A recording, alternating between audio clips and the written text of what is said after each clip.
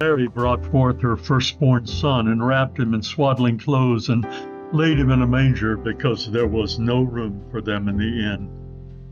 Everyone knew what a manger was, and it was no place for a king. Everyone knew what swaddling clothes were, and they were unfit garb for the Lord of glory. Nor should he have been relegated to a barn, but they just didn't understand. They were still having a hard time getting it. Away in a manger, no crib for a bed. This is his poverty, his willing emptying of himself, his lowliness and love to identify with the least and the lost among us. No crib, no bed, no amenities, no sanitized conditions, just a trough where the livestock were fed, just rough clothes to cover him and keep him somewhat warm. He became the lowliest among us.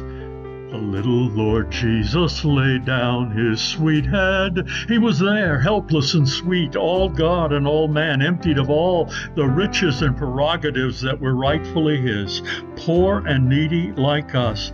Who couldn't love such a baby? Who wouldn't? The stars in the sky looked down where he lay.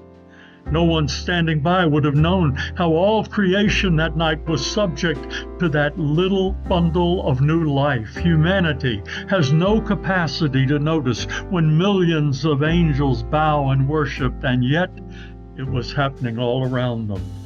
The little Lord Jesus asleep on the hay.